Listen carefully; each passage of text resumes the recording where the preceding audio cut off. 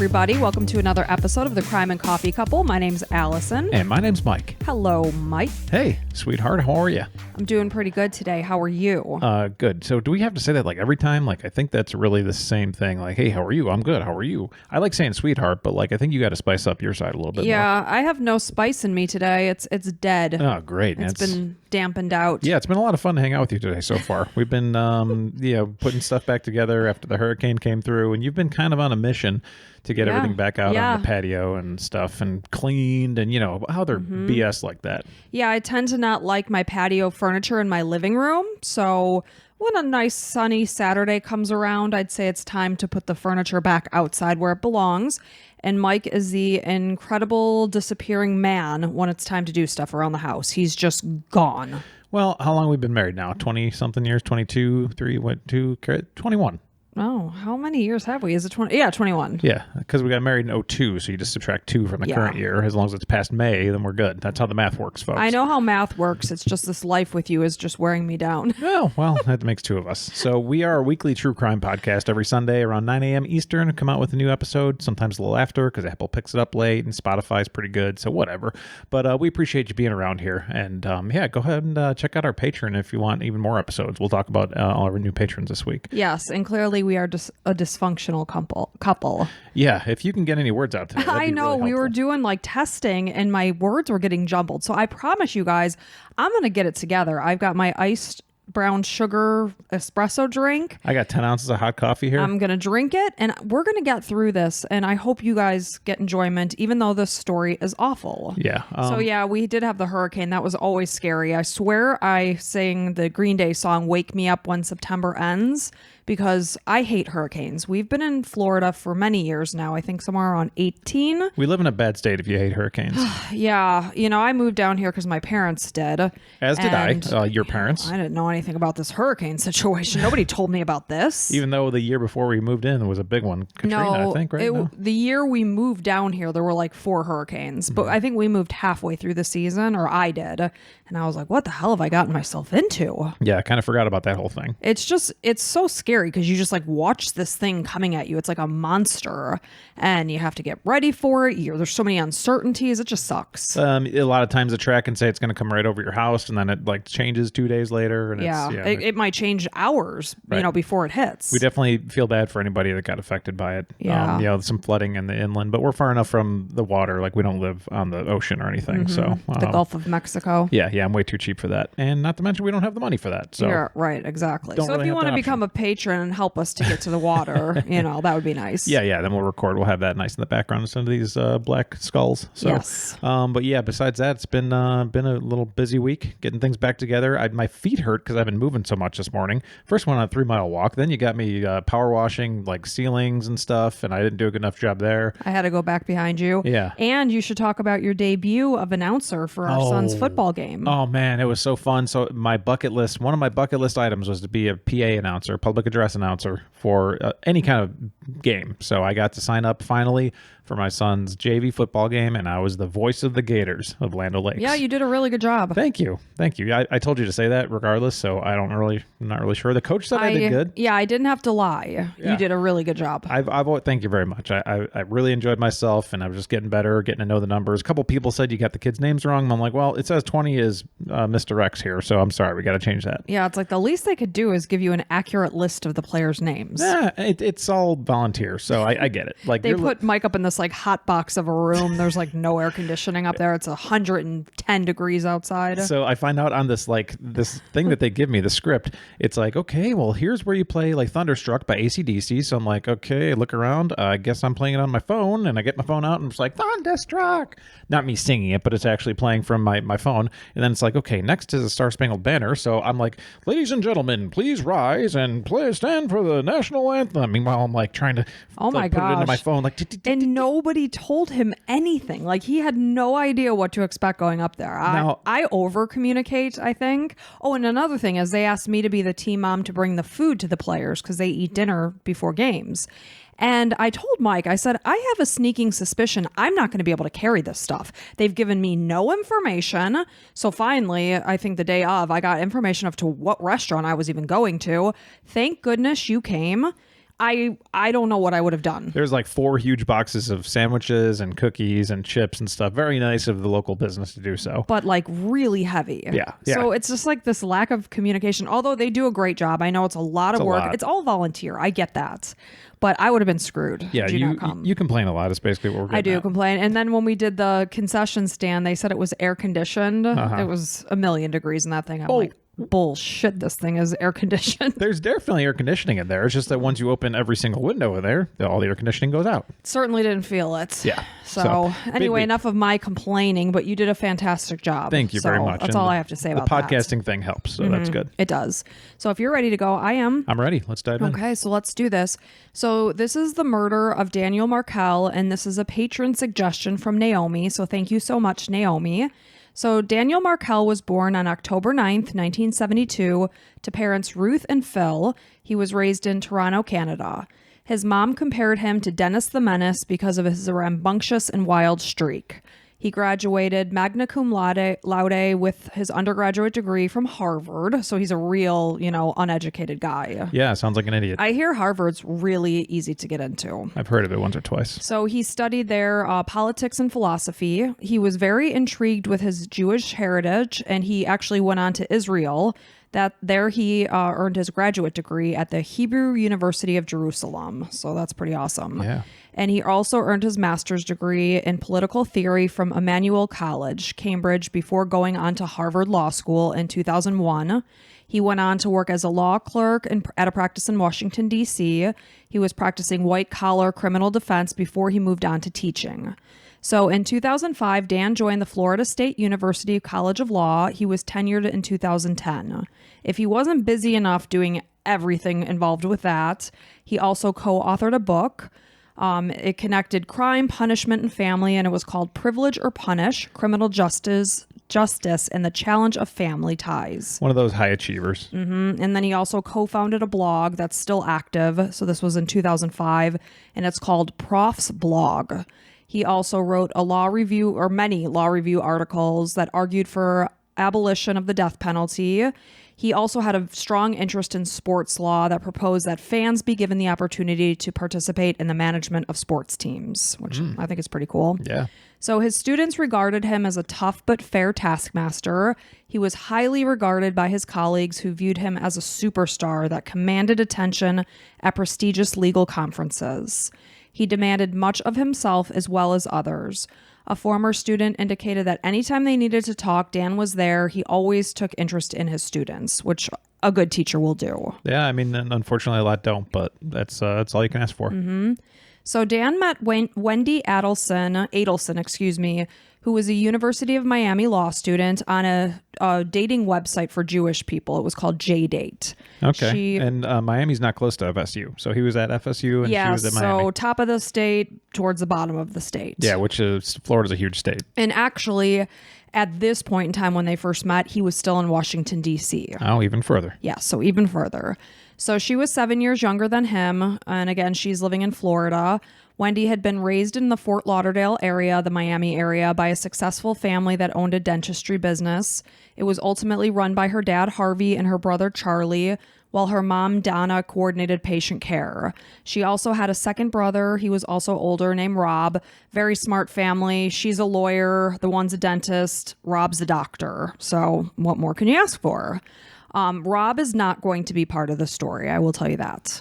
So Wendy had graduated also magna cum laude from Brandeis University. She went on to receive a master's degree in international relations from Cambridge. There she was a Gates Scholar. She was described as incredibly bright and intelligent. Despite being a law student, she was a very quirky, carefree, funny spirit. When she was 23 years old, she was actually a contestant on The Weakest Link. It's an interesting little tidbit. She said on there, I heard her, when she was a child, she wanted to be a giraffe when she grew up. So Dan was offered the FSU law professor position while they were dating. And then the university also offered Wendy a teaching position on a contract basis in the College of Law as a clinical law professor, that specialized in human trafficking issues. So there, then the couple came together. She's coming up from the Miami, Fort Lauderdale area. He's moving from Washington, D.C. So soon after, the couple announced their plan to get married when Wendy was 26 and Dan was 33. The two were married in a synagogue in Boca Raton, Florida on February 26, 2006. Both families split the cost of the wedding, but it was Wendy's family that ultimately covered the catering. And despite Dan's wishes for the food to be kosher, he shows up to his reception assuming his wishes are going to be met because it is his wedding. Obviously, it's Wendy's too. But he realized it wasn't kosher food. And this kind of started a bit of a divide between himself and his in-laws. Yeah, I mean, that's kind of rude. If the request is there and if you're not specifically saying, I don't know if we're going to be able to do that, communicate it properly. Mm-hmm. He was devastated when he showed up. Yeah, it's a big deal for people like him. It is. So after the wedding, they returned to their lives in Tallahassee. The two seemed incredibly happy as they welcomed their two sons into the world. They had Benjamin in 2009 and Lincoln in 2010. Friends would later say that it seemed like they had it all. They remember one couple in particular, they remember going to their house for a dinner party. They felt they left the house feeling inadequate about their own relationship. Like, oh, we suck. I already feel inadequate just talking about them and their successes and the smartness and all that stuff. Well, like our previous episode about Meredith Chapman, I feel like I've done nothing with my life after hearing about all these educations. Yep. So they said that Wendy and Dan danced and sang together, and they were outwardly affectionate towards one another. Wendy referred to Dan as Mr. Bear, and Dan called Wendy Mrs. Bear. Personally, I think it's kind of cringy, but that's just me. Hey, I'm Big Bear. Yeah, I guess sometimes when I'm with a couple and they're just don't say it in front of other people. Over the top affectionate. It's just like, oh. Well, maybe they didn't do it in front of other people. Maybe it was just like them together. Who knows? Although, how would anybody know unless they did it in front of other people? Right. So and again, they did leave the house feeling inadequate about their own relationship. Right. Okay. So the fairy tale came to a screeching halt on Monday, September 10th, 2012, when Dan, I believe he was on a business trip in New York City. So he comes home expecting to find his family there. No, they were not there. Most of his possessions were removed from the home. His family was nowhere to be found. His wife and his boys were gone. So he found divorce papers perched on a mattress that was strewn on the floor.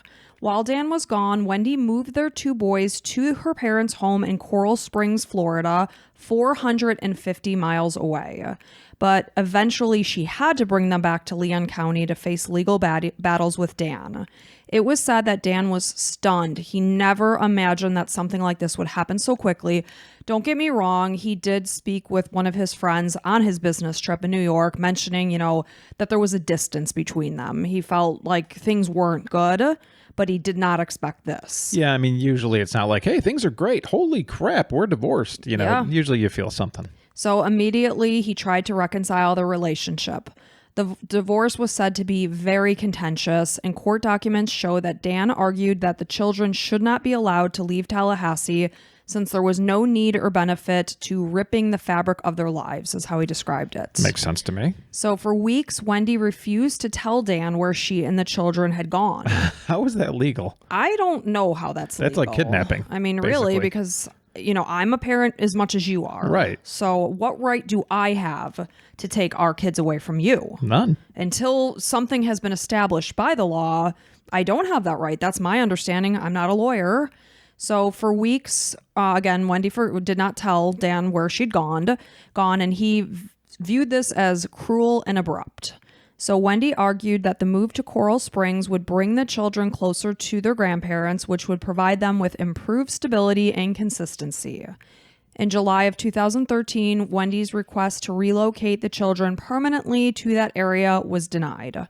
So Wendy and Dan agreed to split custody of the children 50-50, and Dan agreed to pay Wendy $841 a month in addition to the lump sum payment he had paid her of $120,000 when they did divorce. So despite these agreements, squabbles over money did continue. In February of 2014, Dan filed a motion to enforce the marriage settlement agreement, claiming that Wendy and her lawyer were not forthcoming about her financial assets. Because obviously, in order to properly split up the assets, you have to be forthcoming with what you have. Sure, and if there's no prenuptial agreement, then it's 50-50. It's 50-50. And I know Florida is a no-fault state, so it doesn't matter who did what. Ultimately, it comes down to who makes what.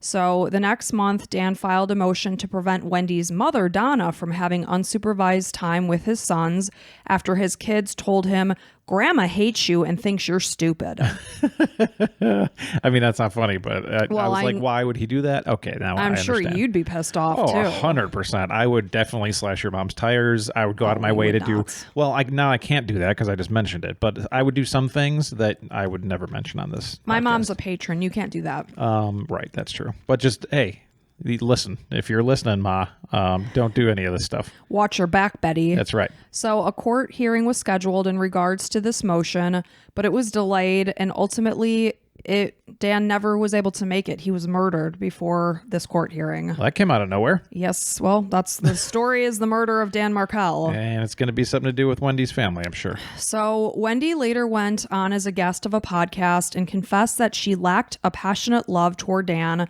and indicated that their marriage dissolved after the kids were born. She said that she felt a sense of loneliness and believed that Dan did not view her as an equal in their marriage, despite her own impressive career. Wendy indicated that Dan continuously belittled her achievements and even refused to read a novel that she had written. It was called This Is Our Story. She said he did not like fiction, so he simply didn't want to read it. As a man that doesn't like fiction, I mean, I would have to read your book if you wrote it, just to be a nice guy and, get through it painfully. I should hope you would read a book that I published. Yeah, and I would read it, and I might not be able to comprehend it, but I'd be like, hey, you did a great job. So what the book was, according to Amazon, I should say, the book has 3.7 stars with 101 ratings. It's a story about two women from different countries who become victims of human trafficking. So during the tumultuous time between Dan and Wendy began a relationship with a fellow FSU professor named Jeffrey Lacoste. You said during their time? As they were going through their divorce, yes. So Dan had also started dating as well. He was dating a woman who was a prominent New York law professor. Friends advised him to just put his marriage with Wendy behind him and just focus on the future and moving forward. So on Friday, July 18th, 2014, 41-year-old Dan left his home in Tallahassee in his black Honda Accord to drop his boys off at their preschool. He dropped them off at 8:50 a.m. So from there, he made the 15-minute drive to the Premier Health and Fitness Center. He arrived at 9:12 a.m. and left the gym at about 10:38. Little did he know that a car had been following him throughout the morning. Dan made his way home, and as he pulled into his driveway, his cell phone rang. He picked up the phone, he spoke to this person, and he mentioned as he was talking and pulling in that there was someone on his driveway that he didn't recognize. The person on the phone heard a loud grunt and a muffled conversation in the background. They were unable to make out any words that these were exchanged. He then heard labored breathing and could not get Dan to respond again. Wow. So at this same time, Dan's neighbors are hearing what they believe to be gunshots. So they went toward his garage. One neighbor in particular actually entered his garage to investigate what he heard. Very brave. He then ran back to call 911 at 11:02 a.m. The neighbor told the dispatcher that he found Dan's driver's side window shattered and that Dan was inside the running car with blood all over his head. He was not responsive. Paramedics arrived and found the garage door open, and Dan was slumped over in the driver's seat of the car with an apparent gunshot wound to the head. It was very obvious when they looked at him what had happened.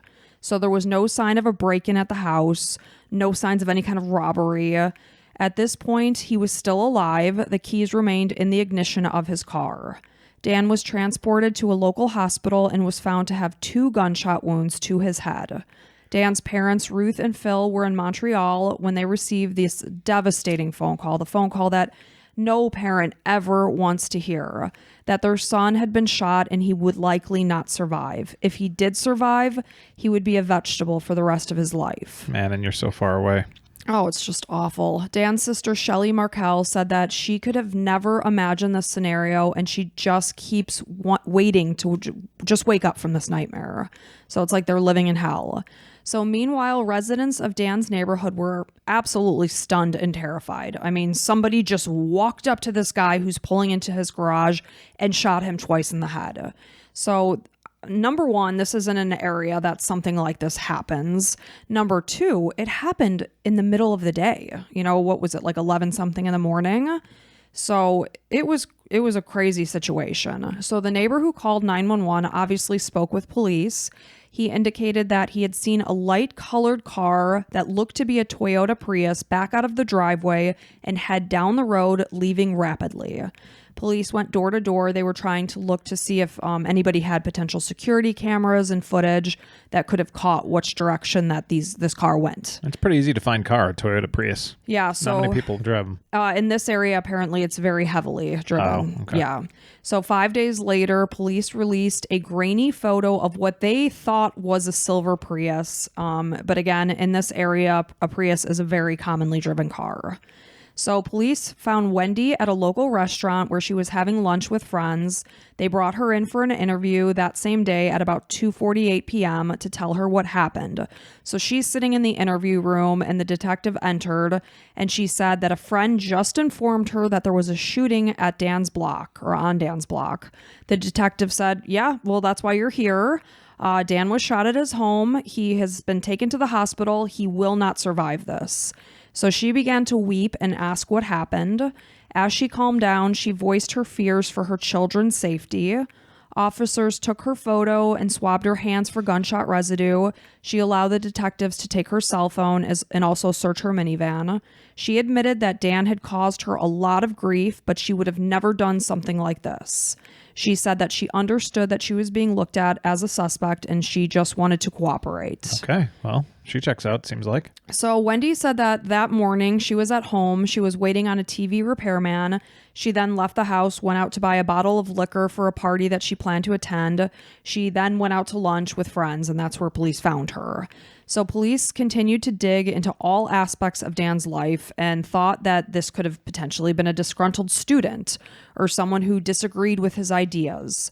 The staff at FSU worried that this could have been tied to the campus, like, are one of us next? Because you don't know. Yeah, anything's possible. So 15 hours after Dan was shot, he was pronounced dead, sadly, and those that knew him grieved the loss.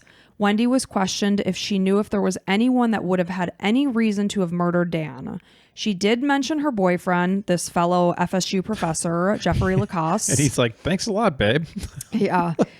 At this point in time, they had broken up. Okay. So okay. She's like, "Well, I don't know. I guess my ex-boyfriend, you can check him." And it's like, why bring me into this? Like, you guys are just fine on your own. Don't bring me up. So the reason why she mentioned his name, she said Jeff did not like Dan because Dan had hurt her throughout the divorce. So on July 21st, 2014, Jeff was asked to come in for an interview. He spoke with investigators. He indicated that he was not at all surprised that he was called in since he had dated Wendy.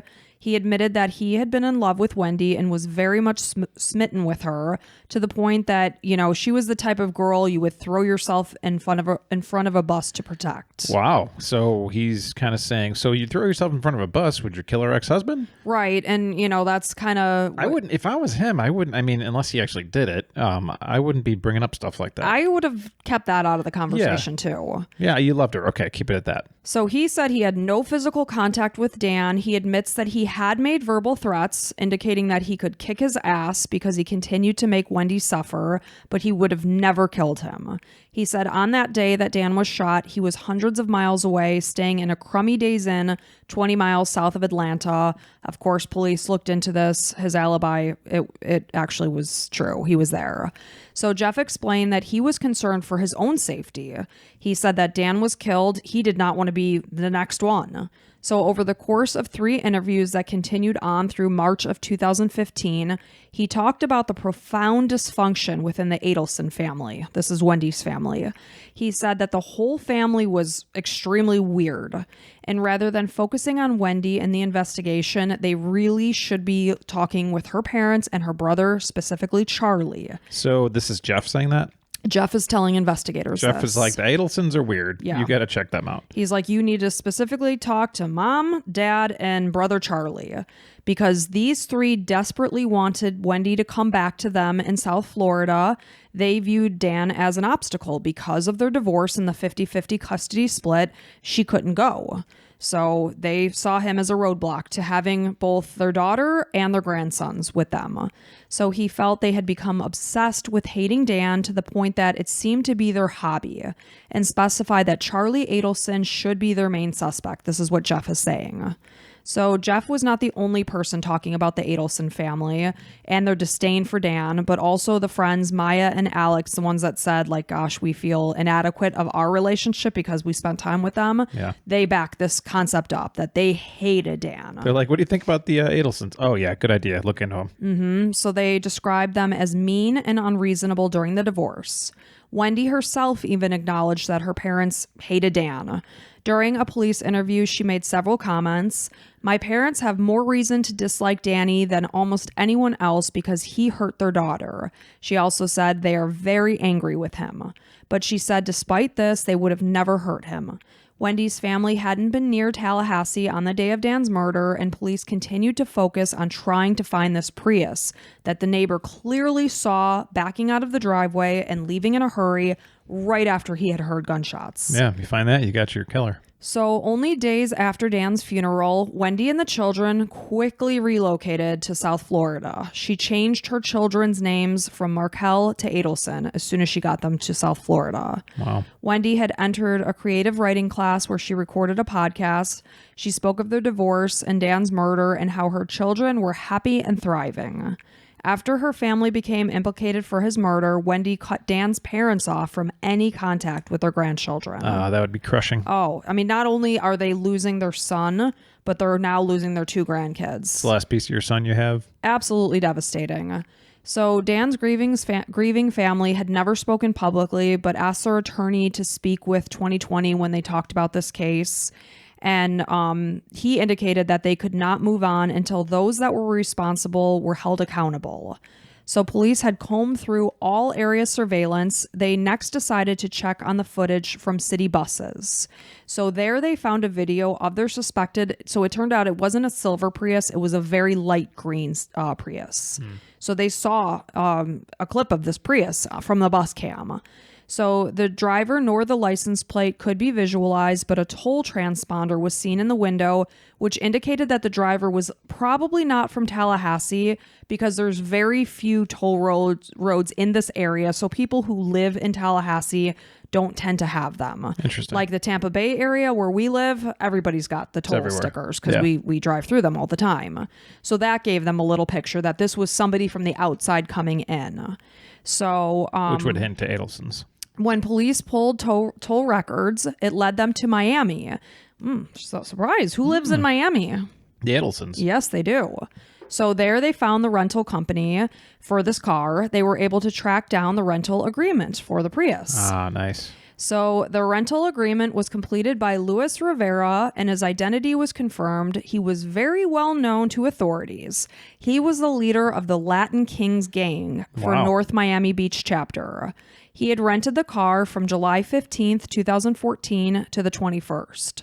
Another contact was also put on that same rental agreement, and this was Rivera's lifelong friend, Sigfredo Garcia. Garcia was not a member of the gang, but he was somebody that police were very acquainted with. So, yeah. So police were able to use their cell phone pings to track their movement, right to Tallahassee from Miami. Okay. So basically in July of 2014, they took a road trip from Miami to Tallahassee in the Prius. They made the 7-hour drive. They checked into a budget inn in Tallahassee after arriving after midnight in the early morning hours of now July 18th, which was the day of the murder. So on Friday morning, July 18th, 2014, this is the morning that Dan was killed, they were placed in the vicinity of Dan's fitness center. Security footage from the gyms showed Dan's black Accord entering the parking lot, and there right behind him was this Prius. Dan could be seen entering the gym, which it was just so sad to watch the footage, and he has no idea. It's just a regular Friday morning. He's taking his kids to daycare. You see him walk in, completely clueless that murderers are literally tailing him. In 2 hours, you'll be dead. Yes. And really the saddest part was when you saw him actually walk through the double doors of the gym at 10:44, knowing that like 15 minutes later he'd be dead. It was just really, really sad to watch. So, he left, he entered the gym so basically while he was working out, the Prius was kind of like trolling around the parking lot, killing time, just waiting for him. So then he is seen on the surveillance footage leaving the gym. And as he drove away, boom, there's the Prius following him out. Okay. At 10:44 a.m., a city bus caught footage of Dan as he drove home. And only seconds later, there's the Prius. It's following right on his tail. So about 16 minutes later, Dan was shot and killed in his garage as he pulled in. After another bus camera caught the Prius driving away in the opposite direction from the house. And then later that same night, they could be seen, Rivera and Garcia could be seen back in Miami withdrawing money from an ATM. So all of their cell phone pings matched the whole picture of this Prius. So they're obviously hired by somebody. Let's track it down. Yes. So 2 years after Dan was murdered, Garcia was arrested on May 25th, 2016. On June 2nd, 2016, Rivera, who was already in custody for his involvement with the Latin Kings gang, was also charged with Dan's murder. Both at this point pleaded not guilty. Investigators are now trying to figure out how the hell are these guys linked to Dan Markel. So, police are finding absolutely no ties. They're imagining, is it money driven? They were likely hired as hitmen. 100%. Yeah. I mean, Dan wouldn't know them otherwise. Right. So eventually police were able to link the killers to Wendy Adelson's family, who ran this dental clinic. Big surprise. So there was a woman named Catherine or Katie Magbanua. So she was the mother of Garcia's 2 children. She had also dated Charlie Adelson between 2013 and 2015. So during the 2014 when Dan was killed. So she had also worked at the dental practice. After the murder, Katie collected regular paychecks from the Adelson Institute, which were signed by Donna Adelson, despite no records of any work schedule for any kind of job title at the company. So what the hell are they paying her for? Yeah. So there was no tie to any work she's actually doing, but she's receiving these paychecks according to paperwork subpoenaed from the business. They're like consulting of somebody that's never been in the dental business. Yeah. Interesting. So detectives believe that Wendy's family were absolutely desperate to have their daughter and grandsons close to them. So they must have come up with a plan to have Dan murdered. Just get him out of the picture. Boom. We have what we want. Which, I mean, to me is absolute madness. Lunacy. Oh, I know many people, just like we all do, have gone through divorces and they're forced to stay in a certain area because of where their kids are in relation to the other parents. How does it cross your mind to have this person killed? It's beyond. Well, even crossing the mind is one thing, but actually putting it into practice, it's okay, hey, anybody know how to kill somebody, like a hitman? Anybody? If you do, let us know. It's insane to me. I mean, they did a good job of kind of hiding the steps, because it was they had to get it from this girl who was getting payment under the table, and that was kind of impressive. But it's even more impressive police found this. Yes, very, very well done. So it was also well known that Wendy's brother Charlie did not like Dan. He did not get along with him at all. Police began to look for any proof of money exchanges that would link the Adelsons to the murder. They noted a significant deposit into Katie's account after Dan's murder. It amounted to about $44,000. She then began receiving paychecks from the Adelson Institute that had been signed by Wendy's mom, Donna, that was totaling about $13,000. So at this point, we're upwards of $60,000 per, close to it. So right after Dan's murder, police also noted an uptick in spending on Garcia and Rivera's end. They were purchasing cars and motorcycles.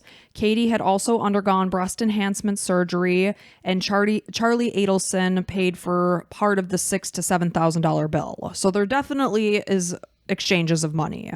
So when Wendy was first interviewed after being told the news of Dan's shooting, she told detectives that she was afraid it happened because he had not treated her well. And maybe the killer is just thinking they're doing something to protect her. She said that. Uh-huh. So the detective asked if there was anyone she knew that would be, capable of doing this in her benefit.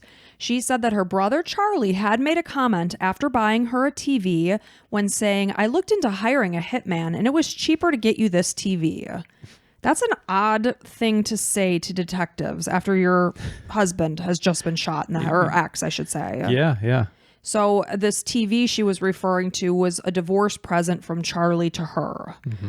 So she felt that he was not capable of something like this and he was simply joking. She's almost like hinting at trying to get him. Like she just wants to be off the hook. Yeah. Be like, well, he did mention a joke about specifically exactly what you're looking for. Maybe go talk to him. It's like, why would you possibly say that? Shit, their whole family sucks. So on March 6, 2015, Jeff, who is, talking to investigators still, this is Wendy's ex-boyfriend, he told investigators that according to Wendy, Charlie had specifically looked into Dan being killed, getting him killed.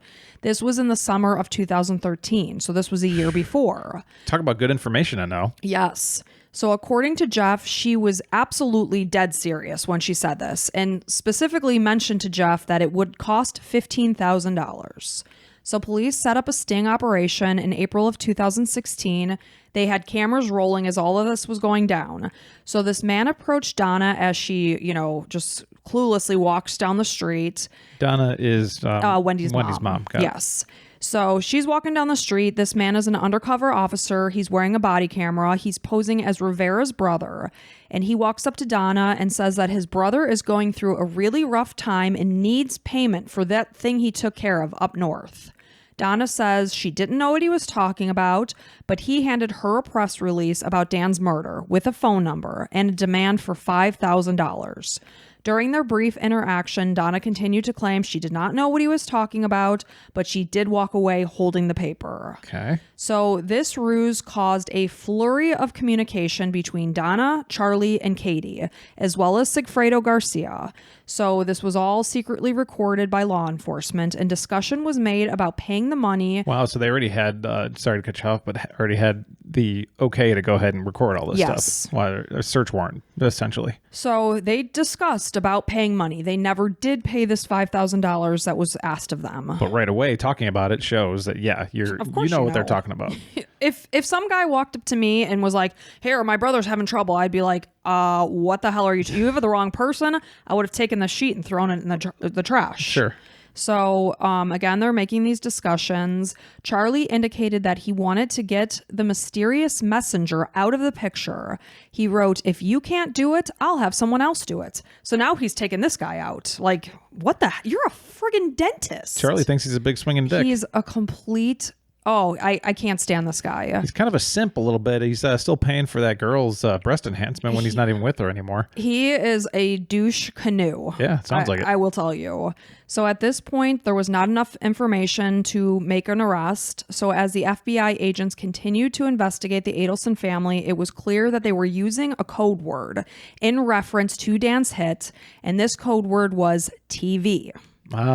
So after Donna had been given the flyer about Dan's murder, she called Charlie to tell him about it, and he asked what they were asking for. Donna responded, "The TV was probably about $5,000.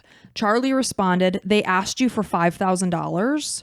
Charlie was also heard telling Katie to find out who was playing these games and to nip it in the bud.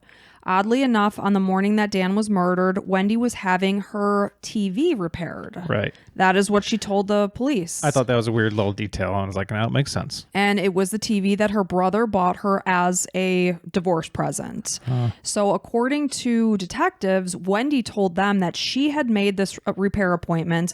In all actuality, though, it was her mom that had made it. Some wonder if this was to establish an alibi that, hey, I was home. I was waiting for this TV repairman. 100%. The other was to think that this was code for Donna basically saying the TV repair is scheduled for Friday morning. In other words, Dan will be taken care of on Friday morning. Sure. Why not both? I mean, they seem like they were trying to take care of a lot of details, so that's actually a really good way to show that she was busy. Repairman could say he was there and be like, yeah. And, right. This gave her a solid alibi.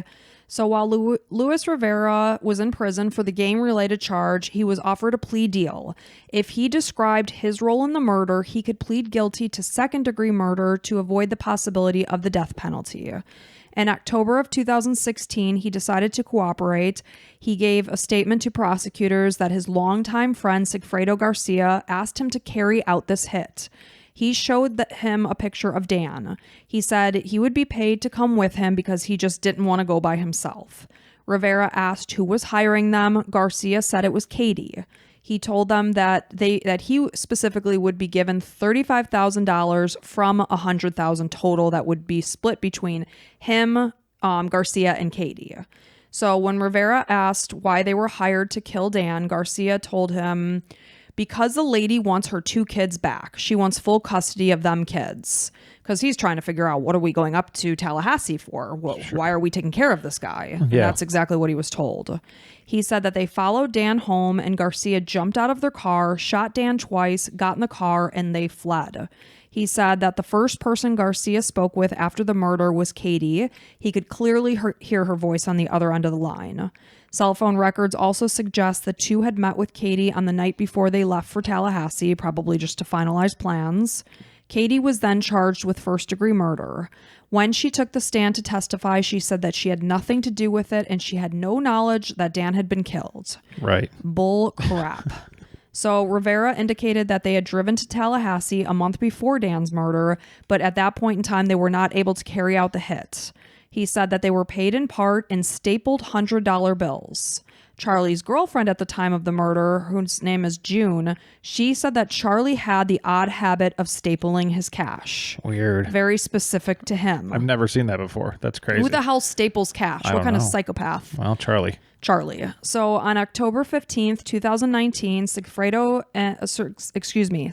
Garcia was sentenced to life in prison for first-degree murder and given an additional 30 years for conspiracy. The jurors made their deliberations in only 35 minutes. They did reject the state's call for the death penalty.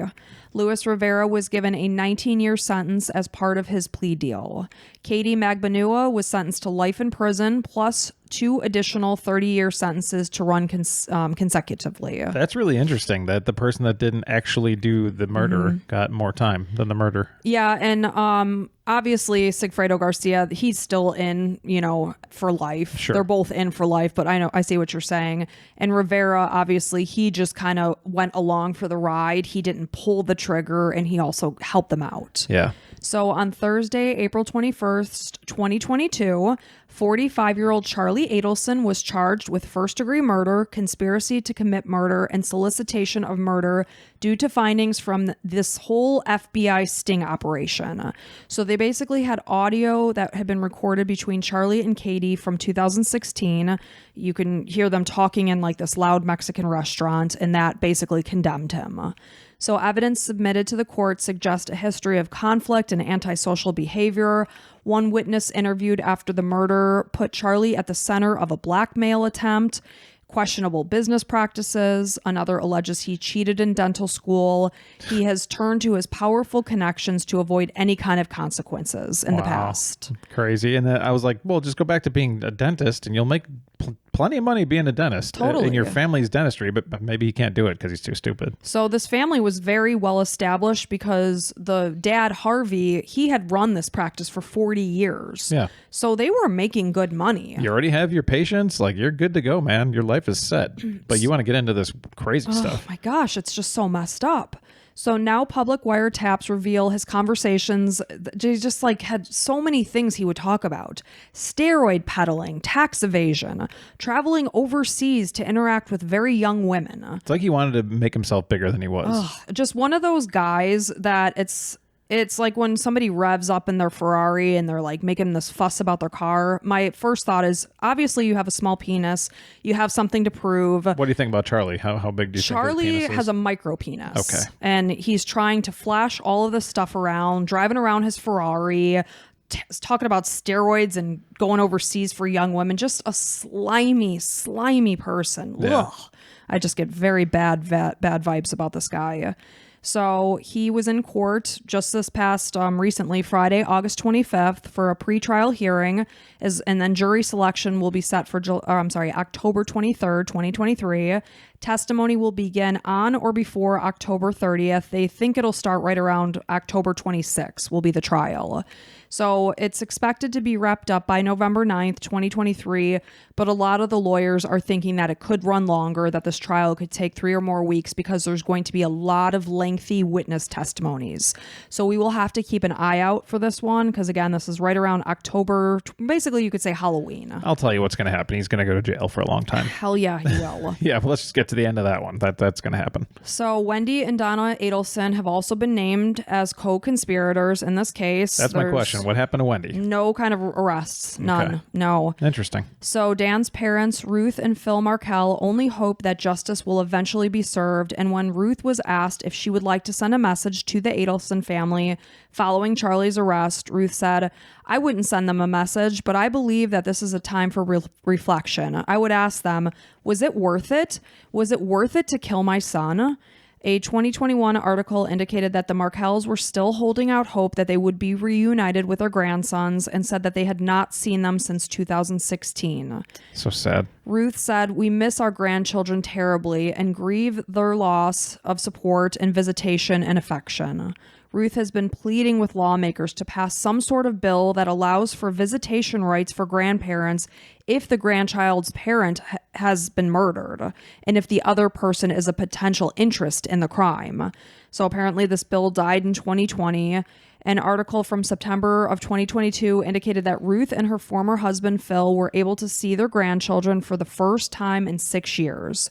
She said despite their passage of time, and of course the kids were young, she said there was no awkwardness. The grandchildren ran up to them, gave them hugs and kisses. That's sweet. Which is pretty remarkable. Incredible. So hopefully they will get a sense of peace after Charlie's trial when the scumbag is hopefully put behind bars and that their relationship with their grandchildren can be established because, or I should say reestablished, because you said it well, that this is the only tie to their son that they have anymore. Right. And the fact that they lost him so tragically and violently, and then they lost their 2 grandkids on top of it, is just, nobody should ever have to go through that. That was big of Ruth, her message to be kind of, taking the high road. Mm-hmm. Mine would be, I wish the whole Adelson family would have never been born, starting from the parents, because then you wouldn't have this piece of shit son, Charlie, who killed our son, or essentially got our son killed, or Wendy, who's part of your insane family to take our grandchildren away from us. You made the entire world much worse by being born. Just by being born, your family is a stain on this great country of ours. And Donna Adelson, I mean, she's pure evil too. Right. I mean, she definitely had... I would say her and Charlie would be like equally involved. I'm not quite sure why she has yet to be. They're probably working on it, I would say. I hope so. Like once they get Charlie, or maybe maybe they'll get Charlie to indict her or whatever the word is. I know what you're saying. Yes. To implicate her. Implicate her, yeah. So, obviously we have the 2 men that were the hitmen in the Prius. Fantastic. But we need for the people that put this into motion to see justice. And it's like, okay, fine. Charlie's put behind bars for life, potentially. We'll see what happens in the trial. But if Donna is involved, just because Charlie's put behind bars doesn't mean it's okay for her to run free. No, definitely not. Yeah, get them all behind bars. Yeah, so we'll have to watch out for the trial come October. Yeah, absolutely. So that is sadly the sad story of the murder of Dan Markel. Well, thank you for bringing that to our attention. That was a crazy story. Crazy story. It's just like, holy crap. Yeah. Did power go to their heads because they were prominent in this area of Fort Lauderdale and their business was very well established? I'm sure they were racking in the cash. Like, did the money get to your head that you have like this God complex that you could just wipe somebody off the face of the earth because they're a barrier to having your adult daughter and grandchildren? Yeah, because Charlie got everything he wanted his whole life. He figured out a way to cheat through dental school because he's too stupid to become a dentist. Not that it's easy. No, I'm sure it's very difficult. Yeah, nothing against dentists. I really appreciate your work in my mouth. So... It's he just sounds like a complete scumbag loser. So hopefully he rots in jail for a long time. I hope so. And the rest of that family as well. So thank you for bringing that to our attention. I want to say thank you so much. If you enjoyed this podcast, good news. There's like 30 plus more episodes available to you if you want to become a patron for as little as $5 a month. So go ahead and check it out. I want to say welcome to our latest Crime and Coffee Couple Club members, Yarna, Laura, Katie, Feisty, and Lisa. I love it. Yeah, very, very cool. Each one of you, like cooler than being cool, ice cold. Ice cold. Yeah, that's what I heard a lot at the varsity game yesterday. And shake it like a Polaroid picture. Shake it like a Polaroid picture. So, yes, I can't express to you guys how much we appreciate all of your support. It means the world to us. You know, this keeps us going. It's a lot of work to put out weekly episodes and then twice weekly for Patreon. I am loving it. I'm loving every second of it. You're not complaining. You just want to say, you know, a little something for the effort is greatly appreciated. And if you can't afford it, totally cool. We totally understand. Don't worry. And we are just thankful for our little podcast family. We're thankful for you to be here listening. Oh, and if you can't afford to become a patron, you want to support us somehow, just tell some friends and family and coworkers. That's fantastic. That's the best way to help us out. Subscribe to us, write a review. And be a patron too. All right, you guys. Thank you so much. And until next time, bye.